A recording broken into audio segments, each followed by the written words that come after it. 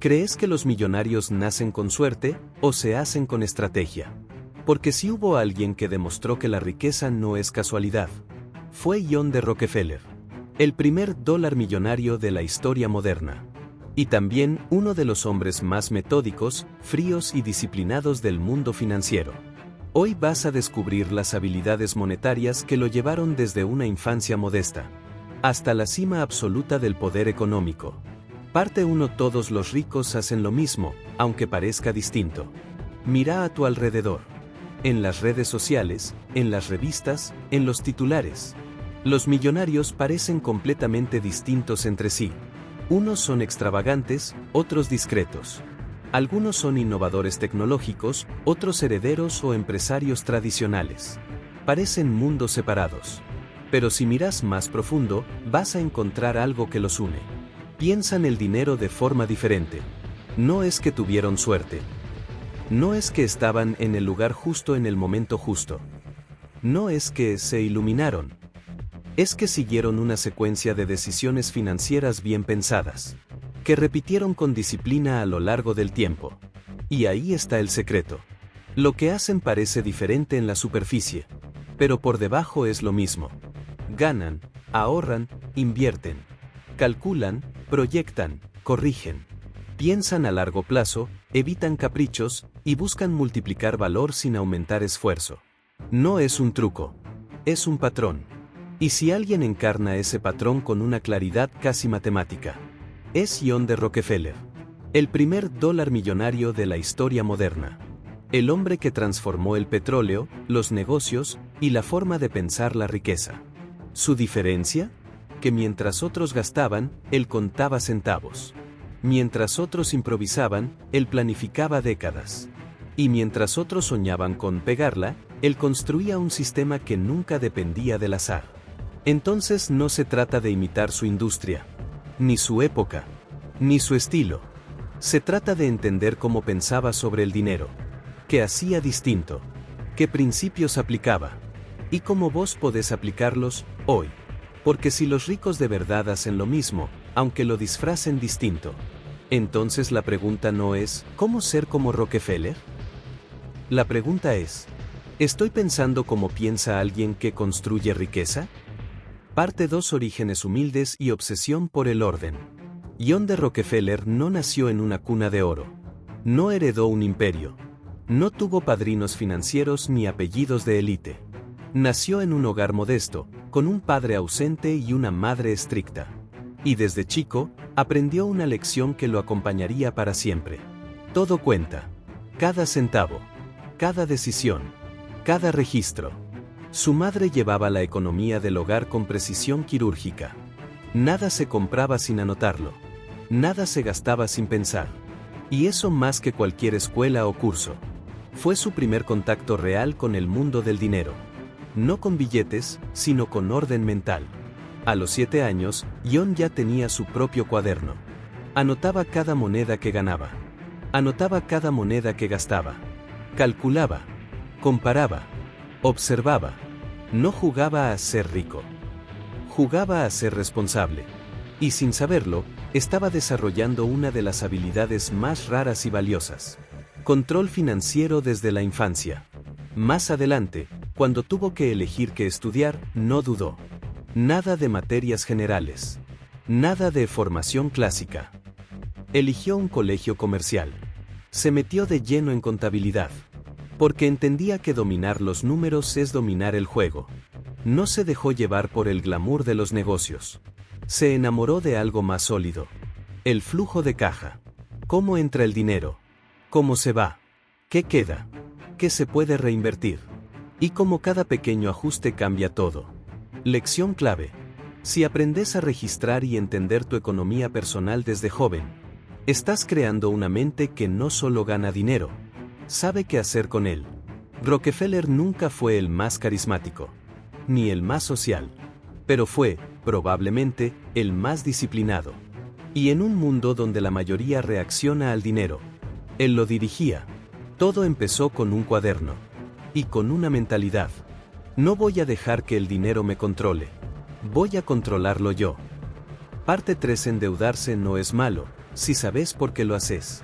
Hablemos de una palabra que genera miedo. Deuda. Para muchos, endeudarse es fracasar. Es vivir con cadenas. Es no llegar a fin de mes. Pero para John D. Rockefeller, la deuda era una herramienta, una palanca, una estrategia.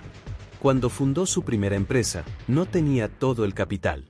Pero eso no lo frenó. ¿Qué hizo? Le pidió prestado dinero a su propio padre. Y luego, vendió participaciones del negocio. Incluso cuando ya tenía efectivo disponible. ¿Por qué? Porque entendía algo que pocos comprenden. El dinero no solo sirve para gastar. Sirve para protegerte, para expandirte, para invertir.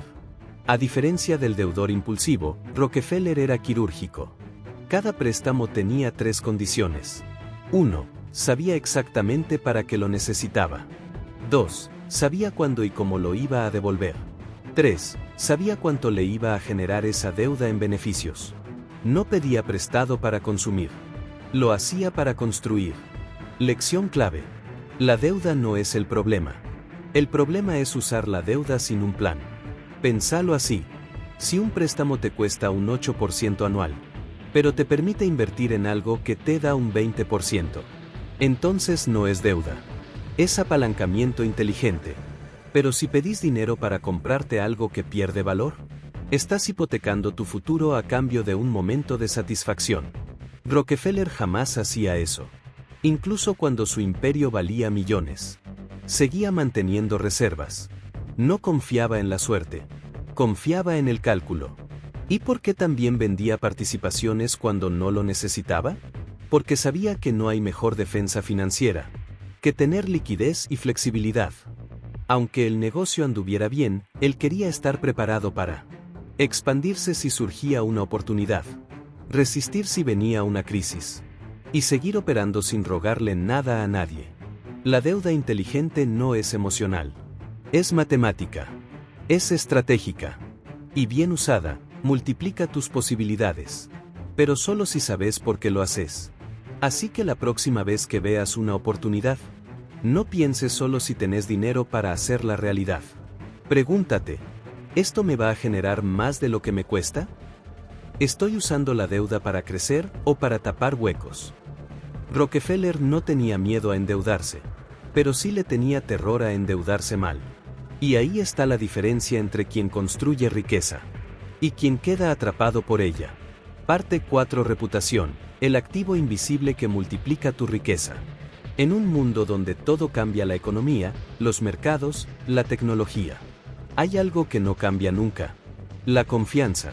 Y si hay algo que John D. Rockefeller protegió más que su fortuna, fue su reputación financiera. Jamás dejó pasar un pago. Jamás incumplió una promesa. Ni siquiera con su propio padre como acreedor. Para él, cumplir era ley. Y esa constancia, en un contexto donde muchos quebraban, postergaban o renegociaban, lo convirtió en alguien fiable, inquebrantable, previsible. Y eso, en los negocios, vale oro. Porque cuando un banco no sabía a quién prestarle, se lo prestaba a Rockefeller. Cuando un inversor buscaba asociarse con alguien sólido, llamaba a Rockefeller. Cuando había que elegir entre riesgo o certeza, él siempre representaba certeza. Lección clave. Tu reputación no se construye cuando todo va bien.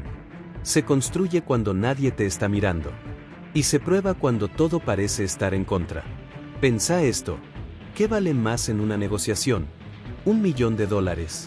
¿O una reputación que te permita conseguir 2? Rockefeller entendía eso mejor que nadie. Por eso no negociaba con su palabra. La honraba. Y no era algo casual. Era una estrategia consciente. Sabía que, con los años, podía ganar mucho dinero. Pero que perder la confianza de otros era una deuda sin retorno. Su crédito no era solo bancario. Era emocional, profesional y, sobre todo, predictivo. ¿Qué podés hacer vos con esto? Pagá siempre a tiempo. Cumplí tus acuerdos, incluso los pequeños. No prometas más de lo que sabes que podés cumplir. Y cuando te equivoques, poné la cara. Porque la gente se olvida de lo que dijiste, pero no se olvida de cómo los hiciste sentir. Y cuando tenés una reputación de responsabilidad, Las puertas no solo se abren, se mantienen abiertas. Rockefeller construyó una fortuna monumental. Pero todo empezó con una base invisible. Una reputación tan sólida, que el dinero empezó a buscarlo a él. Parte 5. Toda decisión financiera es un cálculo, no un capricho. Muchos empresarios toman decisiones por impulso, porque sienten que es una buena idea, porque parece lógico, porque todo el mundo lo está haciendo. John D. Rockefeller nunca fue uno de ellos. Él no actuaba por corazonadas, actuaba por cálculos. Cada movimiento en su negocio, cada cambio, cada inversión, cada mejora, pasaba por el mismo filtro mental. ¿Cuánto cuesta esta decisión? ¿Cuánto me devuelve? ¿En cuánto tiempo? ¿Qué riesgo asumo? ¿Qué pasa si sale mal? Y esa manera de pensar no lo hizo más lento. Lo hizo más preciso, más certero, más rentable. Te doy un ejemplo. En vez de seguir usando barriles de madera para transportar petróleo, como todos hacían, Rockefeller invirtió en tanques ferroviarios propios. Resultado: redujo el costo del transporte a un tercio. Controló el envío de su producto. Eliminó intermediarios. Y aumentó su margen de ganancia de forma brutal. ¿Otro caso? Construyó muelles y una flota propia para exportar su producto. No porque fuera glamoroso, sino porque, haciendo los números, entendió que invertir una vez en infraestructura sólida le permitiría ahorrar millones en comisiones y tarifas, y multiplicar sus envíos sin depender de otros. Nada era intuición pura. Todo era ingeniería financiera aplicada. Lección clave: no se trata de hacer lo que parece correcto. Se trata de hacer lo que rinde mejor, con el menor riesgo posible. Y esto no aplica solo a grandes empresas. ¿Querés hacer una compra importante? Calcula el costo y el retorno. ¿Vas a invertir en un negocio? Evalúa el capital inicial, los plazos, los márgenes. ¿Estás por reinvertir tus ahorros? Pregúntate si esa reinversión tiene una lógica, o es solo entusiasmo. Rockefeller no dejaba nada al azar. Para él, cada decisión tenía una ecuación detrás. Porque sabía que cuando entendés los números reales, podés anticiparte a los resultados. Y si no te anticipas, simplemente estás adivinando. Así que la próxima vez que estés a punto de tomar una decisión financiera, no preguntes solo, ¿qué ganas? Pregúntate, ¿cuánto me cuesta? ¿Cuánto me deja? ¿Qué pasa si me equivoco? Porque ahí es donde se define la riqueza. No en la cantidad de movimientos, sino en la calidad de tus decisiones. Parte 6. La riqueza real no es tener plata. Es generar valor sin estar presente. ¿Qué es realmente ser rico? ¿Tener millones en el banco? ¿Vivir sin trabajar? ¿Poder comprar lo que quieras, cuando quieras? Para John D. Rockefeller, nada de eso definía la riqueza. Para él, la riqueza real era tener sistemas funcionando, que generaran dinero, valor y estabilidad incluso cuando él no estaba. No se trataba de trabajar menos. Se trataba de diseñar un ecosistema que pudiera operar sin su intervención directa. Personas capacitadas. Infraestructura propia. Negocios integrados. Costos controlados. Flujo de ingresos automatizado. Rockefeller no quería solo vender petróleo. Quería controlar todo el proceso. Desde la extracción hasta la refinación, el transporte y la distribución. Así, cada parte de su imperio alimentaba a la otra. Y cada dólar que invertía, multiplicaba su eficiencia. Lección clave: ser rico no es tener dinero. Es tener activos y estructuras que trabajen para vos. Porque la verdadera libertad no es jubilarte a los 40. Es poder decir, mi sistema sigue funcionando, incluso si hoy no trabajo. Eso es tener control. Eso es tener poder. Eso es lo que te permite crecer sin agotarte. Y esto también aplica en pequeño. Si tenés un negocio, pensá, ¿podría funcionar sin vos por una semana?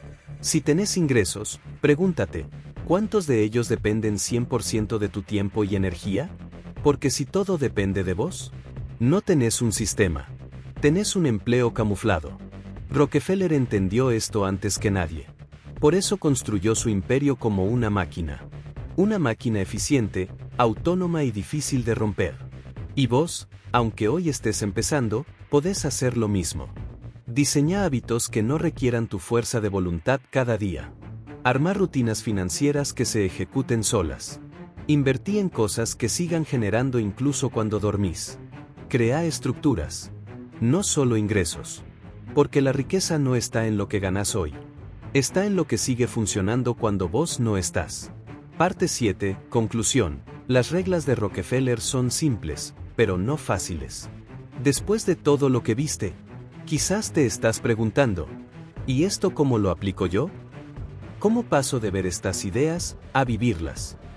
La respuesta es sencilla, pero no fácil, porque las reglas de John D. Rockefeller no son complejas. No requieren un MBA ni un millón en el banco. Lo que requieren es disciplina y constancia.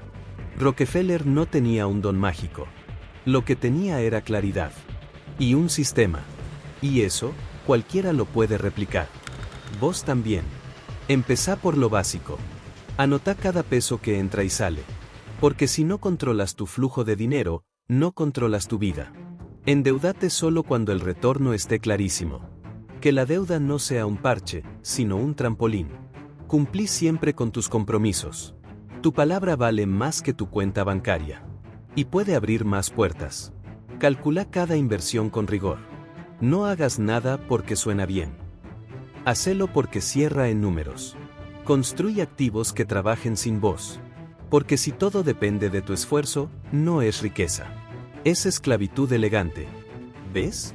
No es una fórmula mágica. Es un estilo de pensamiento. Es una forma de mirar el dinero, como lo que realmente es. Una herramienta, no un fin. Y si te comprometes a pensar así, día tras día, tus resultados van a cambiar. No de golpe, pero sí para siempre. Porque como Rockefeller demostró, la riqueza no es un accidente, es una consecuencia. ¿Querés empezar hoy? Elegí uno solo de estos hábitos y aplícalo esta semana. Empezá tu propio registro de gastos. Calculá si una deuda que estás por asumir vale la pena. Revisa qué activos tenés que podrían trabajar más por vos. Y si este video te sirvió, compartilo con alguien que está queriendo mejorar su economía personal. Porque la mejor forma de honrar estas ideas es ponerlas en acción. Y recordá, no necesitas tener la riqueza de Rockefeller para pensar como él.